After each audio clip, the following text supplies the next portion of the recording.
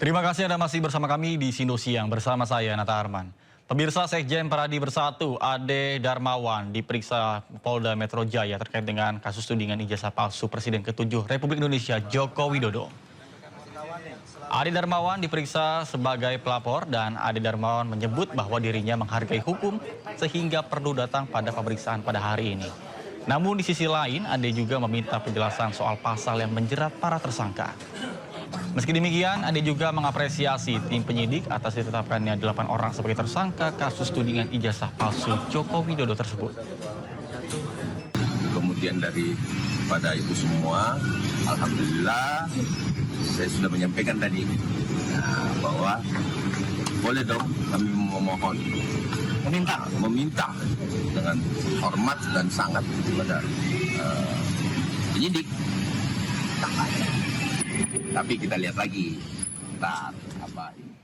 Pemirsa, hari ini Roy Suryo CS diperiksa penyidik Polda Metro Jaya dengan menyandang status sebagai tersangka dalam kasus ijazah palsu Joko Widodo.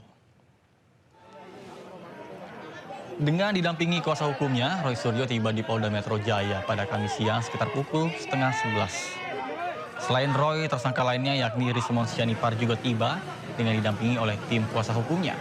Sementara Dr. Tifa sudah lebih dulu hadir. Ketiganya pun diperiksa sebagai status dengan tersangka oleh penyidik Polda Metro Jaya dalam kasus ijazah palsu milik Presiden ke-7 Republik Indonesia Joko Widodo. Bahkan selain Roy Suryo, Rismon dan juga Dr. Tifa, polisi juga telah menetapkan 5 orang lain sebagai tersangka dalam kasus ini. Karena kami hadir bukan mewakili pribadi. Saya bukan mewakili saya sendiri, Dr. Rismon tidak mewakili Dr. Rismon sendiri, Dr. Tifa juga tidak. Kami mewakili seluruh rakyat Indonesia yang menginginkan perubahan atas negeri ini. Ya, negeri ini sudah lama lebih dari 1 dekade mengalami suatu rezim yang sangat jahat, sangat bengis, dan utamanya adalah apa? Yang telah menggunakan segala cara, menggunakan segala daya, termasuk ada penggunaan ijazah palsu yang kemudian tidak berani terbongkar sampai dengan sekarang. Dan kami ini juga untuk menegakkan kebenaran. Jangan sampai Pak Prabowo Subianto sebagai presiden yang ada sekarang mengulangi kesalahan yang dilakukan pada rezim yang lalu yang telah mempidanakan ya 2 anak bangsa yaitu Bambang Trimulyono dan juga Gus Nur ya. Masa rela Pak Prabowo malah menambah dengan angka saktinya. Pak Prabowo kan suka angka 8 ya. Masa di rezim Pak Prabowo tambah 8 lagi yang akan dipidanakan. Itu kan sungguh luar biasa ya. Dan saya tahu ini mungkin bukan kesalahannya Pak Prabowo, tapi ini adalah kesalahan dari orang-orang yang ada sekitar Pak Prabowo untuk membusukkan presiden.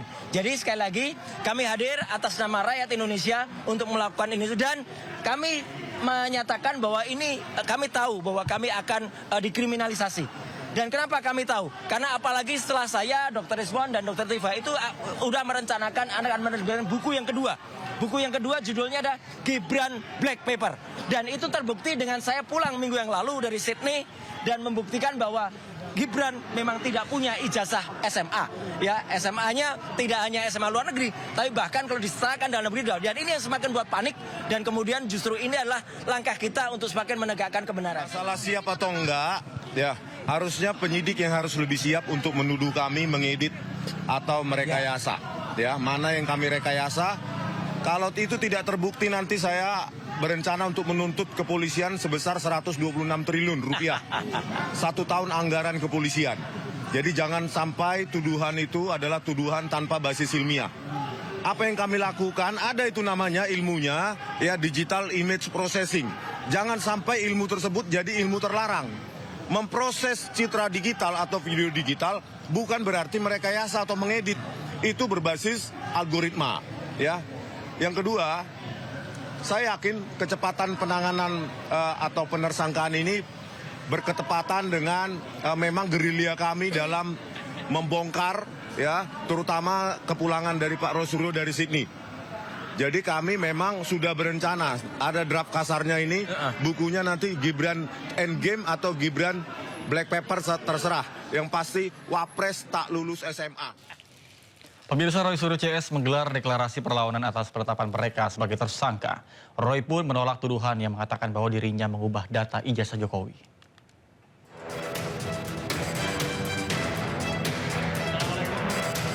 Deklarasi perlawanan atas penetapan tersangka digelar di Gedung Juang, Jakarta Pusat. Roy Suryo menyampaikan ada ketidakadilan pada penegakan hukum yang dilakukan oleh Polda Metro Jaya. Ia menegaskan bahwa perjuangan belum selesai dan siap menjalani proses hukumnya.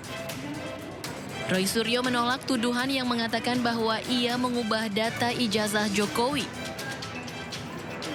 Tidak ditunjukkan. Satu. Yang kedua, yang dilapori, saya juga mohon tolong kembalikan kewarasan. Saya, Dr. Rismon, Dr. Tifa, dan 5 yang lain, bahkan tambah 4 yang lain, tidak pernah, demi Tuhan, demi Allah Subhanahu wa Ta'ala, tidak pernah yang namanya mengedit ijazah. Catat itu.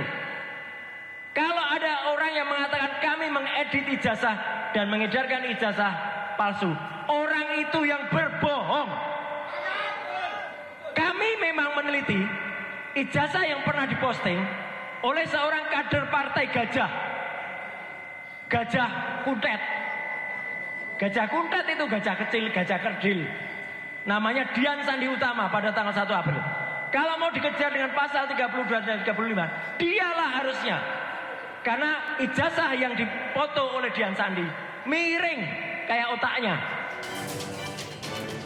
Roy Suryo juga menyebut deklarasi ini sekaligus menjadi seruan terbuka untuk menuntut penegakan hukum yang adil, transparan, dan bebas dari tekanan politik. Dari Jakarta, Tim Liputan iNews melaporkan. Sementara itu, Menteri Koordinator Bidang Politik, Hukum, dan Keamanan periode 2019-2024, Mahfud MD, menilai para tersangka atau Roy Suryo CS tidak bisa diadili sebelum keaslian ijazah Jokowi diputuskan lewat pengadilan. Bahkan menurut Mahfud, polisi tidak berwenang tentukan keaslian ijazah. Suryo itu sekarang jadi tersangka, kita tidak tahu persis kan. Itu karena apa sih? Karena menuduh ijazah Jokowi palsu? Atau karena soal lain? Misalnya menimbulkan keonaran, menimbulkan kegaduhan, membuat berita bohong atau apa. Nah, kalau masalahnya ijazah palsu, saya sependapat dengan Pak Susno Duaji.